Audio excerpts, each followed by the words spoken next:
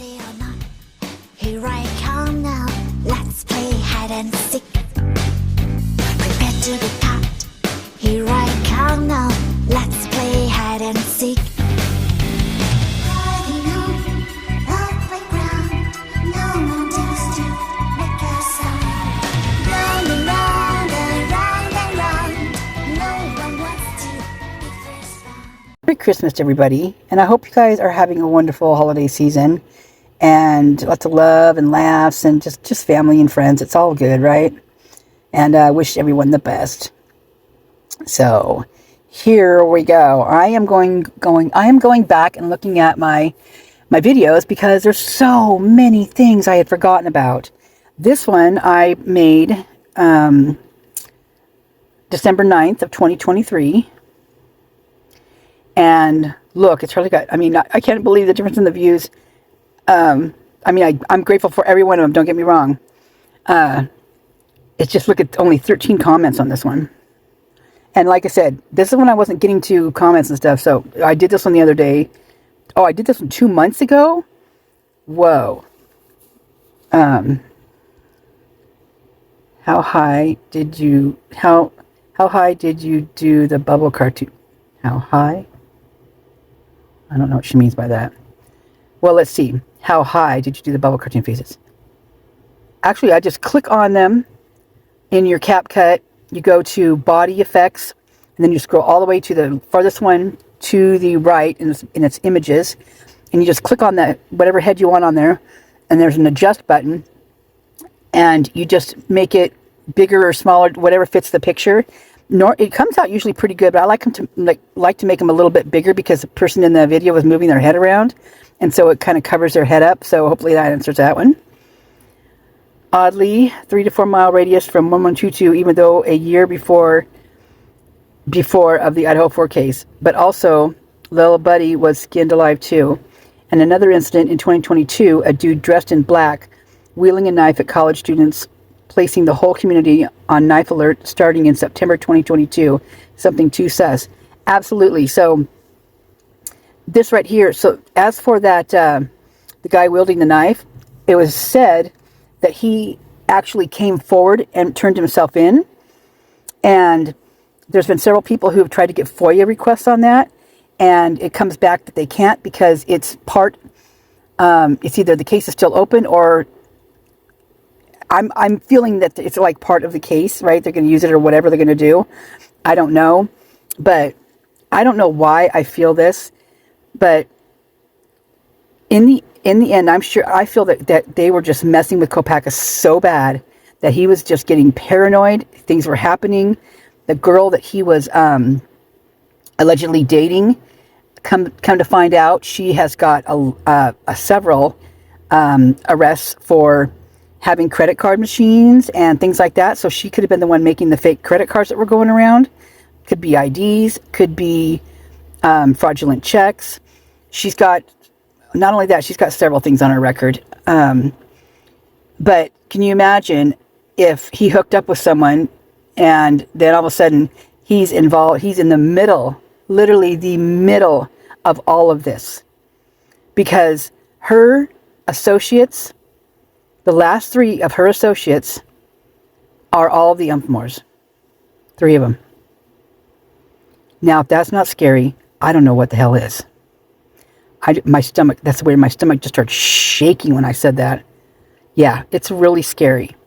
And so you've got, and in the hotel body cam, when he tells them who he thinks this is, he says it's his ex-girlfriend's boyfriend is what I think he says in that thing. Correction. This was his ex-girlfriend's sister's brother. So, if we can narrow that down, there you go. Pavarotti, I hope you got that one. If you did, you guys tag him in this. If you guys, whatever, well, I'll tag him too, but just so he knows. The crazy thing is that this incident isn't even rare. The amount of knife-wielding maniacs per capita in that immediate area is a bit disturbing. I am shocked, not shocked at all, that they waited 2 whole weeks to inform citizens that this occurred. Exactly, right? That one got me in a twist. Oof. I mean, seriously, you've got someone going in doing this with a knife, and they're not even letting the community know this. They just sweep. They don't. It's like they don't care about the women, you guys. It is just nuts. How many innocent lives did they endanger due to the dereliction? That's a good word, of duty. Yeah, for sure, right? Holy hell, what is wrong with people around here? Are there, not here, there. I would never, ever allow my daughter to attend college in Moscow or Pullman. This is beyond unacceptable. Absolutely. Could more information regarding this case be obtained via a FOIA request? Well, look at what we got now. This is all coming out, right?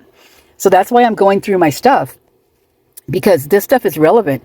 Now, this particular report that I've got here is totally different from the ones we're hearing. I mean, the guy talking about it, he's so nonchalant, flippant. That's why I use that face on there, because that's how the guy acted. It was like, oh, no big deal. You know, it's just a few college girls. And then the one cop in there, I think it was Germer, to tell you the truth, the roly-poly one that it's like literally like baby Huey, like he just seems very stupid to me. I just cannot say it.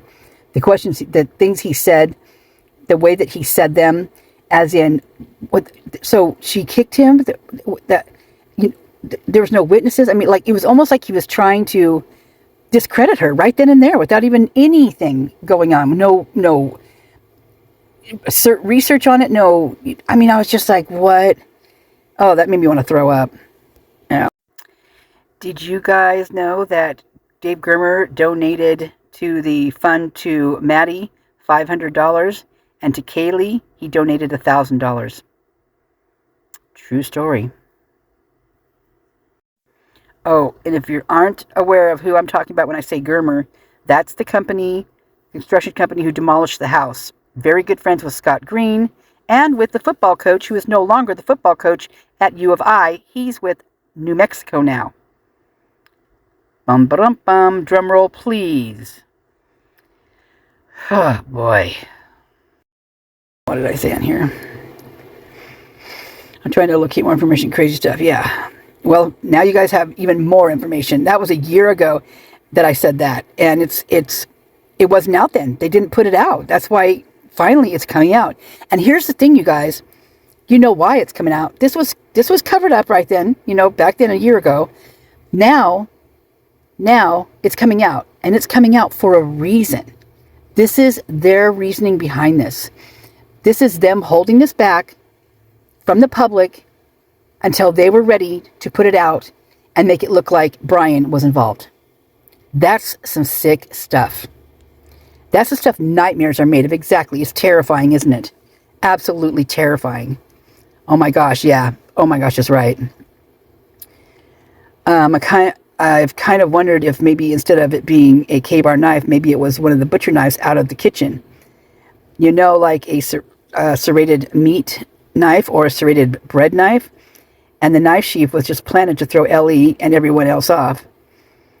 It would definitely explain why there was no knife retrieved. Just my thoughts. Every time I go to pull out my roaster knife, I think about that because it is serrated knife with a point tip.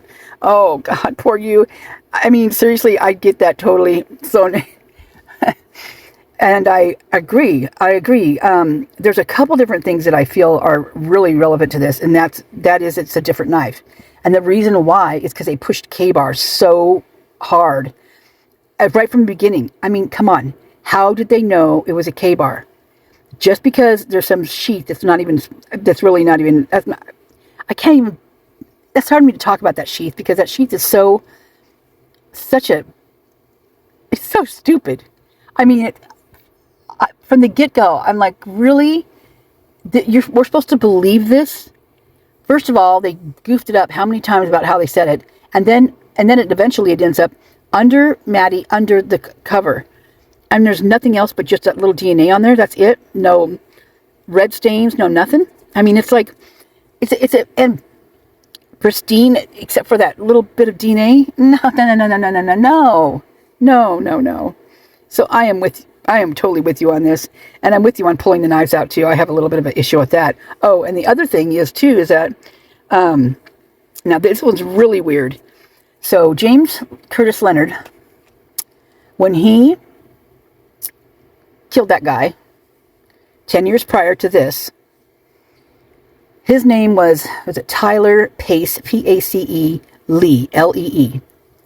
Now, he came over to Leonard's house, accusing him of sleeping with his girlfriend and being, a little bit crazy. Well, as Leonard put it, that he was used to him toting his knives, and the guy carried knives and shit like that. So he was well aware that he was probably armed, right? And that's why Leonard chose to get the gun, bring it with him when he went outside. Well, apparently when this happened, there was knives that were found in the area there, and one of them was a green switchblade, double-sided switchblade knife. Double-sided, you guys. Now, this is the kicker. When they arrested Leonard, he had a green switchblade in his pocket with red on the end of it. Now, if that isn't some shit, I don't know what is. Now, was this the law giving back evidence for Leonard to use? Did Leonard steal it and keep it somewhere safe? What's the deal with that? And why wasn't that tested on the end of that? Because Leonard said he was when they found him, he was in his room cutting himself. Well, holy crap. You know who else was cutting themselves to get to the infirmary? Meade. That's who was cutting himself. That's how he escaped. And here's Leonard over there cutting himself. It's math that we learn before we're even in preschool. 1 + 1 = 2. And then it goes on up from there. It's crazy, right? When did this happen? This was October 10th of 2021, I believe. Let me see. Yeah, I'm correct. Give myself a like on that one. So only the year before, do you know if there was ever an arrest? No, because before. So here's the thing: I couldn't find anything back here. I said I was looking for it, right? And I did. I looked for it, and I couldn't find anything else on there. And this was a little teeny blurb. And you know where I get these guys? Okay, here's a good station for you guys to go to. It's called Murrow News. I think it's Channel 8. Murrow. Now, this is a news channel at the university, WSU, and they put out their own reports, and they're very green. They're just learning how to do it, learning how to be newscasters. So there's some pretty damn funny ones on there, and some ones that just want to make you want to cringe. But they have news on there, little blurbs here and there, and some of their stuff is telling compared to what anybody else is putting out. And so I highly suggest this channel. And so that's I'll put it in here what it's called. I'll do that right now. It is Murrow 8, and it is a WSU. I don't know what we call like training. I'll just put newsroom.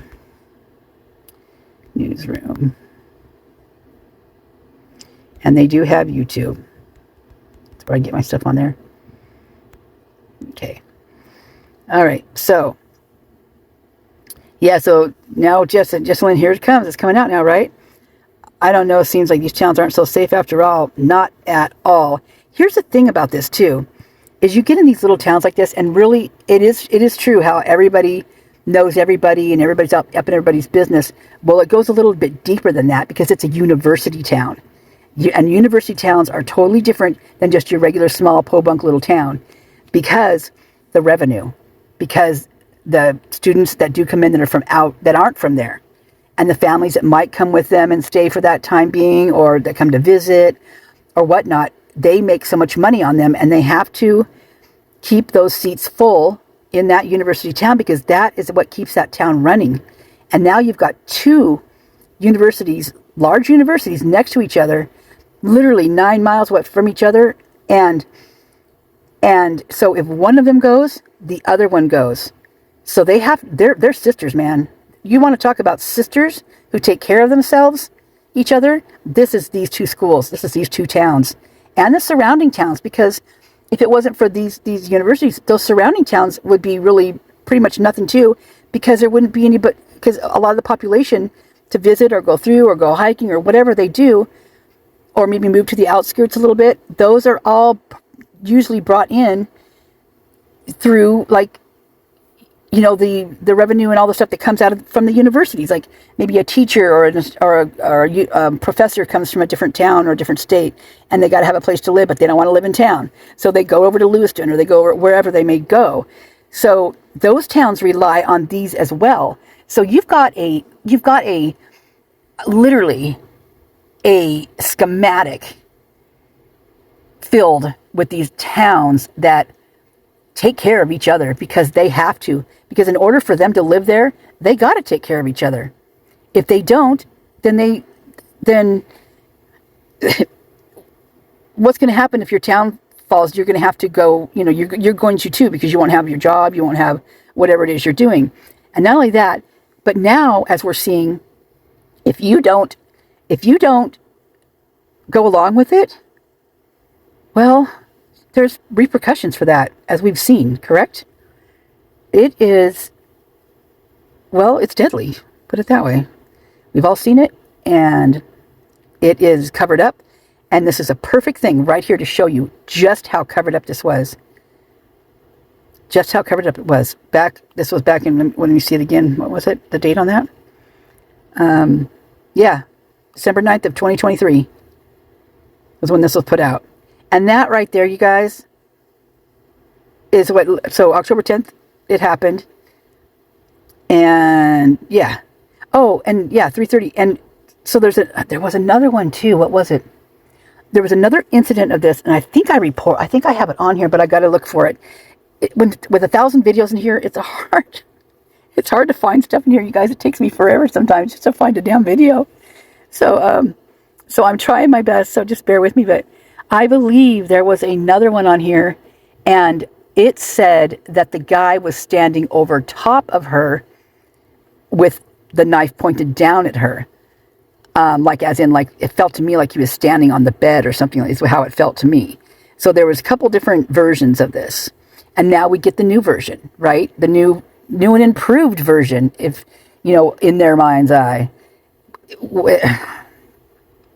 Like I said, you guys, I couldn't imagine what a nightmare every single day has got to be for the innocents in this town, because they just make stuff up. And they take it out. Look at it. Took what, till December? They whipped it out of there in December, and it hasn't surfaced until a couple days ago. Yeah. A year later, it surfaced. They've given new life to this sleeping incident, you guys. They have administered CPR and given it life yet again. And if that's not stuff nightmares are made of, then you guys, I don't know what is. Because that's downright scary. Beyond scary. Giving life to a monster that was never even meant to be this person's monster. I do not believe Kopaka did any harm to anybody. I think they did the harm to him. I think they could have been messing with his medication. Very well could have been messing. Because you got to think about this. You've got a surveillance video of Linda Lane. Who lived at that time, who lived in that upper unit? Kane, the owner of the apartments. Where did Kane work? Where did he retire from? Gritman Medical Center. He was the CIT. That is the information, the head information guy. He knows everybody. He knows who comes in. He knows who goes out. He knows when they were there. He knows all the the surveillance, because there's recordings of all that at the doors. There's cameras, so there's recordings of everything. Even the people allegedly that were there, that were hurt, that came in, the two victims or whoever came in that night or morning. Though there's videos, there has to be videos of that. So where are they? Well, you've got a guy and his wife allegedly, not allegedly, they do own it. Not that part's allegedly, but allegedly they were listening. That's my part I have to say, because, I mean, I can't say it's for sure them. But then there's another video where Gray Hughes goes over there, and it shows Kane walking down from that apartment. He is in that apartment, and he looks crazy as a loon. And he's acting crazy as a loon. So, you know, eyes do not deceive unless you're in freaking Idaho and you got to freaking peel that onion back. You got to peel it back so far back. It's covered up and erased and added to and I mean, it's just, it's a lot of work, you guys. But guess what? There's a lot of hands in this. And so it makes work easier over there because they're all right there working for the same thing, working to keep their town going and keeping that university filled with students and keeping them feeling like it's safe enough to be there. It's okay for my kid, whatever. When really, in all actuality, that is making that town even less safe by them saying that. Because they're allowing it to happen. They're allowing it to happen, and they're not reporting this stuff. 2 weeks out, they say that they reported this.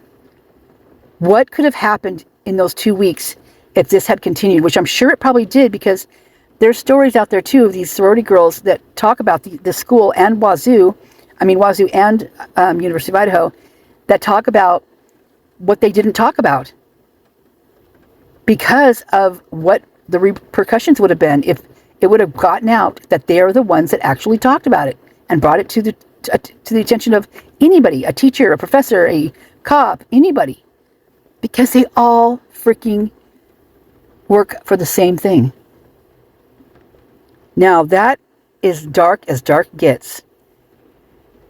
So if you are not willing to play their game, you better stay the F out of that town.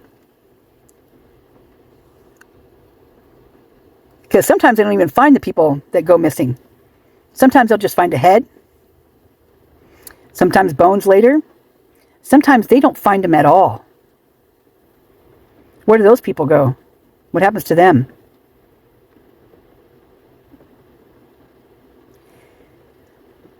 So you better really, really think about this. If you are thinking about sending your kid over there, and if it's not your parents sending you over there, if you're just a young adult thinking about this, you better really do some research. Big time. And you know what? Just because you're at that age, that I was once at that age too, and I did think I was invincible pretty much, but I was never like if I would have read, this would have been on my desk, come across my desk, and I would have seen this, there's no way I would have went to that school. I wouldn't even have blinked at it. See, I wasn't that, know-all, at that age, feeling like a know-it-all, and that I know everything. Nope, I wasn't. I was actually pretty level-headed. But there's, on the other hand, you do things that, you wouldn't do, that I wouldn't do now. I mean, like skiing down a hill on my feet, from 6,000 feet up. No way. No way. But back then, yeah, it felt like a good thing to do at the time. And it was a blast. And yeah, I could have got really hurt. In fact, I got scraped up pretty good, but, no broken bones. But nowadays, that wouldn't be the case. So, and I wouldn't even think twice. There's no way I would ever do that now. But this is young and dumb and full of you-know-what. And this is where it gets even sicker. Because the campus cops in the town, in these university towns, and it's not just this one, you guys. This is rampant in university towns. Some are more than others, but university towns are notorious for this kind of stuff. Because of the rich in there, because of the alumni, because of the founders, because of the benefactors, because of all of it, because of the philanthropy that goes on through there, and the raising money for this foundation and for that charity and whatnot. And they're all up in their fur coats and their rhinestones and their freaking bow ties. But you know what? Underneath, they're dirty AF. Not all of them. I'm sure there's some good ones in there somewhere. I have yet to find one in this case thus far. And that, my friends, is about the scariest thing that you can imagine. And can you imagine what Brian must be going through right now? I can't. I seriously can't. I'm going to read you the story of Will Hendrick, which is the young man who they've only found his head. Remembering Will Hendrick, a cold murder case kept alive. May 4th of 2022 by Murrow News. Ava Wainhouse. Moscow, Idaho. It was a cold winter night, January 10th of 1999, when Jerry Schutz's life was changed forever. It was the day his partner, 25-year-old University of Idaho student Will Hendrick, went missing from a party at the corner of Almon and C Street in Moscow. We know those streets well, right? By the way, TF works at 411 Almond Street, which is an apartment building, or a trailer park, excuse me. He was pretty much the light of my life, he said. The two were together for 5 years, and Schutz lived every day thinking Hendrick would somehow come home. 3.5 years after Hendrick went missing, he was declared murdered when his skull was found in the woods of eastern Latah County. Hendrick's killer has yet to be identified and brought to justice. He would help anyone out. He was one of those kind of people, said David Lee Painter, Hendrick's theater professor at the University of Idaho. And then there was the theater party, and that's when everything went off the rails. The night that was once full of friends and laughter turned into a night full of questions left unanswered. That party was the last place Hendrick was seen alive. Those kids at that party, they were broken, Lee Painter said. Heartbroken after realizing they may never see their friend alive again. Hendrick's car was found parked downtown, interestingly, 1 week after he was reported missing. His work keys were still inside, mud caked on the wheels, and some other key details only someone as close to Hendrick like Schutz could have noticed. I remember when I got into the car, the seat was back as far as it could go, Schutz said. Will drove with the steering wheel right up into his lap, so somebody who wasn't Will had driven that car that day or moved it. According to Wayne Roush, the lead investigator of the Hendrick case, both the driver and the passenger windows of the car had been rolled down a couple of inches. Because of this, the cold weather air seeped through the cracks, washing away any possible fingerprints that could have been used as evidence. Is that true, you guys? Anyway, we should have been able to solve this case, Roush said. This was not an unsolvable case. Back then in 1999, the Latah County Sheriff's Department and the Moscow Police Department were both working on the case. Yet they moved from different angles, therefore lacking communication. It was extremely frustrating, Roush said. As a dedicated investigator of nearly 20 years at the time, dealing with the lack of follow-through was difficult for Roush. Now retired, Roush just wants to see Hendrick's murder solved at some point in time. Someone has to pay for it, Roush said. I want this damn case solved. 23 years after his murder, Moscow Police Department continues to receive tips and leads about Will, but tackling a cold case is never an easy task.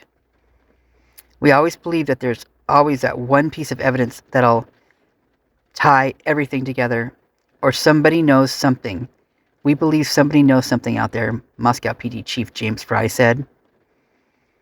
At the time the case began, several possible suspects were investigated, including a truck driver who lived in the same trailer court as Hendricks and Schutz. Schutz always believed he was the one responsible for his partner's disappearance. He left town the same morning Will disappeared in a refrigerated truck, Schutz said. In a refrigerated truck, you guys. However, the truck driver left town to Florida, you guys, on work business, which was confirmed by his employer. I wonder who his employer was. Although Roush investigated one more key suspect, a hitchhiker the truck driver had picked up in Texas. This suspect had a suspicious background, one that led Roush to believe he was the one who unalived Hendrick. He had been fired from his previous job because he hated gays, Roush said. And because Hendrick was gay, Roush's number one belief at the time, and still today, was that the two got into an altercation and the hitchhiker unalived Hendrick. However, without physical proof, nothing can be done to arrest the suspect. What I can prove in court and what I honestly believe in my heart of hearts are obviously two different things, he said.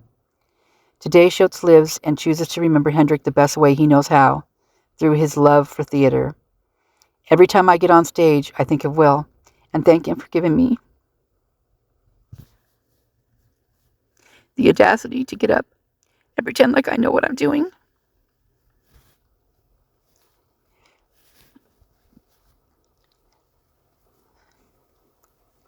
If you know anything about the disappearance and murder of Will Hendrick, please contact Moscow PD. Now I want to say, please contact someone other than Moscow PD, because it's apparent to me they aren't going to do anything about it after this long a time. And just what I read here that has never connected to my brain until today. Let's see. We've got Florida. We've got Texas. We've got a refrigerated truck.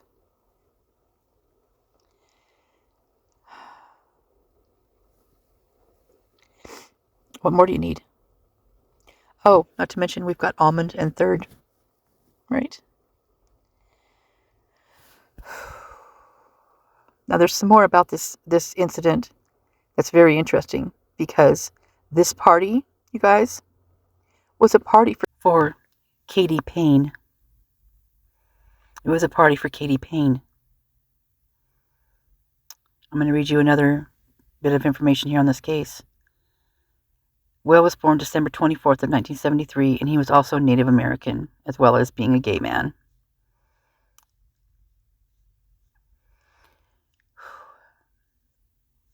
"25-year-old Will Hendrick was a well-liked theater student at the University of Idaho. He had a good job on campus and recently landed a small part in a Hollywood action film. He lived with his partner of 5 years, Jerry Schultz.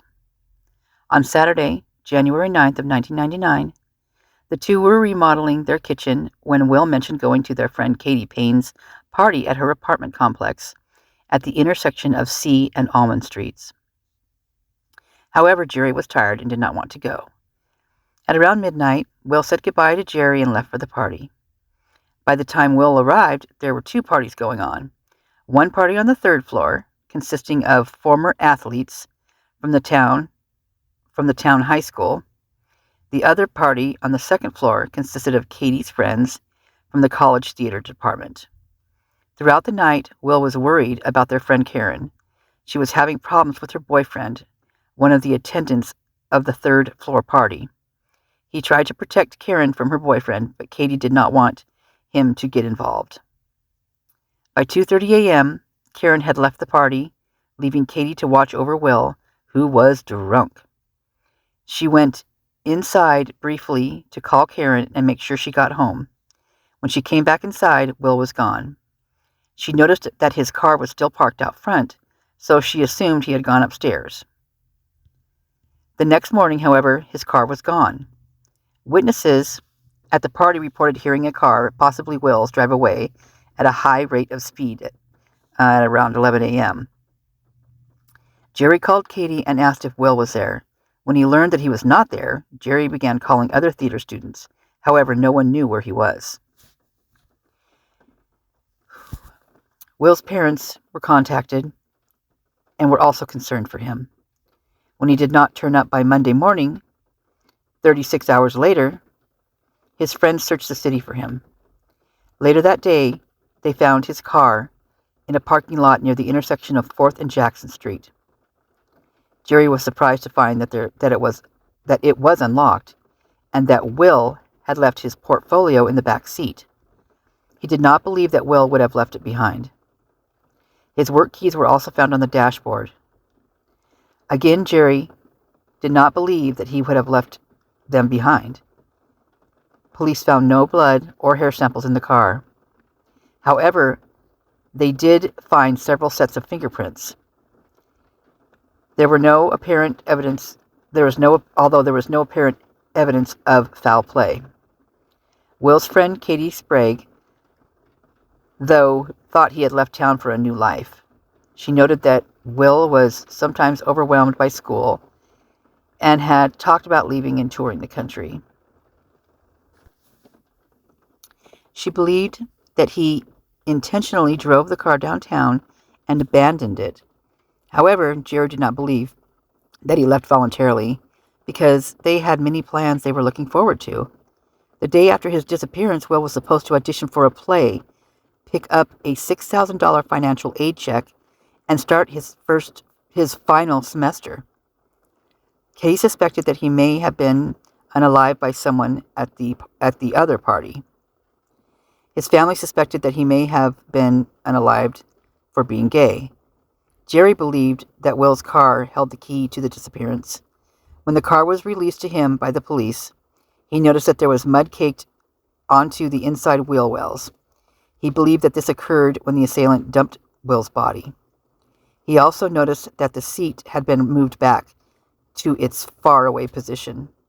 He believed that a larger person abandoned Will's car. Jerry suspected that someone they both knew crossed paths with Will that morning. 2 months prior to the disappearance, Jerry had fired a van driver who worked for his shuttle service. Ooh. One morning he came in from his shift demanding that the operations manager change a headlight. Jerry and the driver got into an argument, which ended in the driver yelling a gay slur and Jerry firing him. Jerry learned that the man later got a job with a long-haul trucking outfit on the morning of Will's disappearance at around 4:30 a.m. The man checked out a refrigerated truck from the dispatch in Lewiston, 30 miles south of Moscow. Will was last seen around that time. Whew, that's heavy, you guys. Whoa. Whoa, whoa, whoa. Oh, my freaking stomach is just going in flips right now. Will's family and friends believed that the police did not initially take the case seriously and may have lost crucial evidence as a result. For example, they did not impound his car until 3 days after it was found. Investigators, however, have denied this and claim that they have taken it seriously from the beginning. They have looked into hundreds of leads and checked out several possible sightings of Will. However, they still have no idea what happened to him. His family and friends are still searching for answers. Suspects. Jerry believed Will's disappearance could be tied to a shuttle driver who hurled a gay slur at him. This man started driving a refrigerated truck and was heading to Lewiston at the time of Will's disappearance. No other suspects have ever been identified. Katie believed that people from the third-floor party may have been involved in his disappearance. Police interviewed the party attendants but did not find any evidence that they were responsible. All of them passed polygraphs.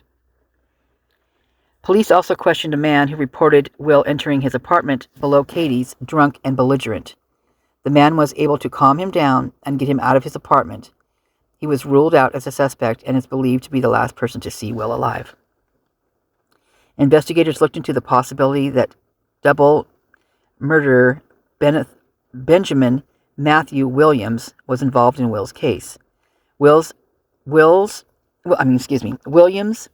attended the University of Idaho at the same time as Will. Williams, a white supremacist, was later convicted of unaliving a gay couple in Redding, California.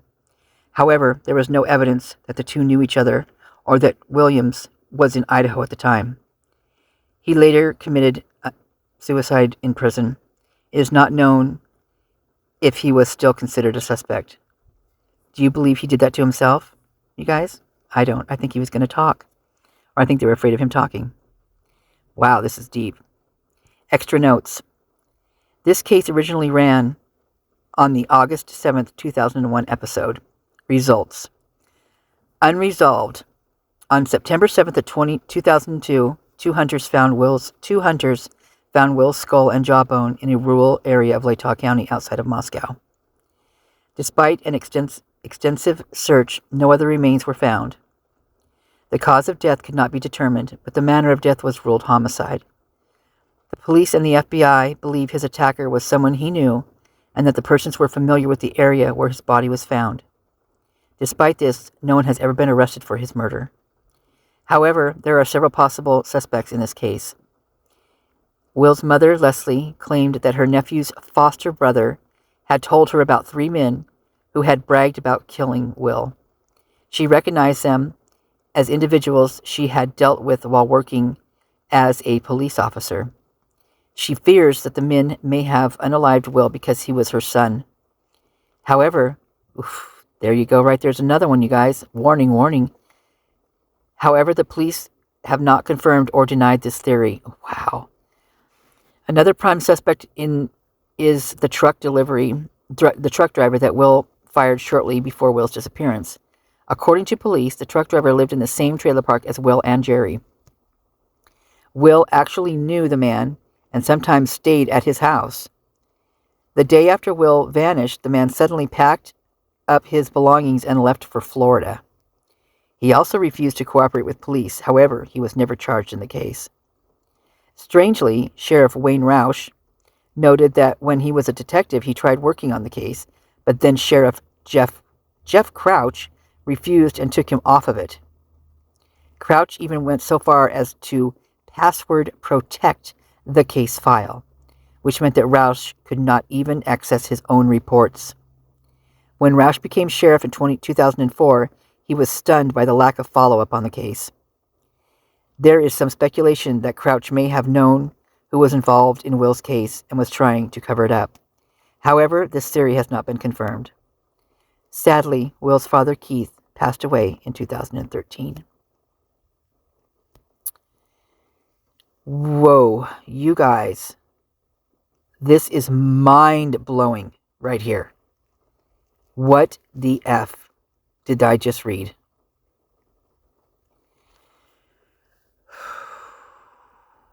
Wow. I will be bringing you more of this, actually. There is a crap load of links in here, but I'm going to get back to the rest of this video. And I wasn't expecting to be doing it this long, but I'm glad that I put this in here because there's a reason for these things that stop me and turn me a different direction and shoot me right over here to this, to read this, in between all of this other stuff. Because this was meant to happen. I was meant to read this right now. And I have got, my hair is standing up on my arms. Both of them, I just got a cold chill race over my body. Holy crap. Please say a prayer for me. Say lots of prayers for me, please. I would really appreciate that. Okay. I need to take a deep breath. I'm going to take a minute here before I get back on here and finish this video. Okay. All right. Okay. I am going to play this for you, and I love you guys. Thank you for supporting me. Please go marathon my channels. Oops, I meant marathon my videos. Good excuse for me to put this fun picture up. I love this picture so much. Take in the glow. I am literally, I'm just like, I'm practically going to beg right now. Please just go do it so I can get some revenue up. Because those 2 months where I lost all that money has been very, very hard on me. In fact, I didn't even get paid the last 2 months. And so I'm just getting a check in the next few days. And it's like less than half of what I would have normally gotten. And now I got to pay back all the people I borrowed money from prior for these last 2 months because I didn't have it because of the freaking monetization stuff. So please, I beg you. I'm going to beg you right now. That'll be your Christmas gift to me. That would be very nice. Go marathon those babies. And I guess you don't have to watch the whole video, although I never watch my videos, you guys, but I have been watching them because there's comments that I'll see and I'll go in and look and then I'll watch the video. And I'm glad I'm actually watching them because I forgot about so much of this stuff. There's a lot of stuff in here. I'm really actually surprised at things I was putting out back then. Yeah, I'm actually really kind of surprised. So I'm going to give myself a pat on the back for that, because I feel like I did a good part in this, and there's so many other people that have done such great things in this too. Now we can all just get together, get in there and get it together, and figure this out. Get this. I mean, we're getting there. We're getting there. Excuse me. I'm on let's see. I'm on my 5th day in on prednisone right now. So it's affecting me really different this time from what it normally does. Usually I'm amped for 3 days and can't sleep. Now this time it's been really strange. So I'm not going to go into it because it's a lengthy story. But anyway, I'm on a whole bunch of medication right now. And so I'm getting better, but I might cough here and there. Okay, I'm going to play the video and I'm going to shut the heck up. Pullman PD responded to a call of an intruder 2 weeks ago, and we are just now finding out more. Our reporter Aspen has the details. I'm here on the corner of Ash Street, where on October 10th, Pullman PD received a call from a woman just after 3:30 a.m. with an interesting and concerning complaint. Pullman PD Operations Officer Jake Opgenorth tells us more now. A woman reported that she woke up seeing a man standing over her, holding a knife and wearing a burgundy ski mask. She kicked out at him and was able to kick him back, at which point he fled. Now, this is an ongoing case. Opgenorth said detectives were able to get a warrant to search a possible subject's home. No evidence was found. We will continue to update you on this case. I'm Aspen Shumper with Murrow News 8. Back to you at the desk. Pullman PD responded to a call. Okay, there you have it, you guys. So I thank you very much for your support. I appreciate all of you. Bye.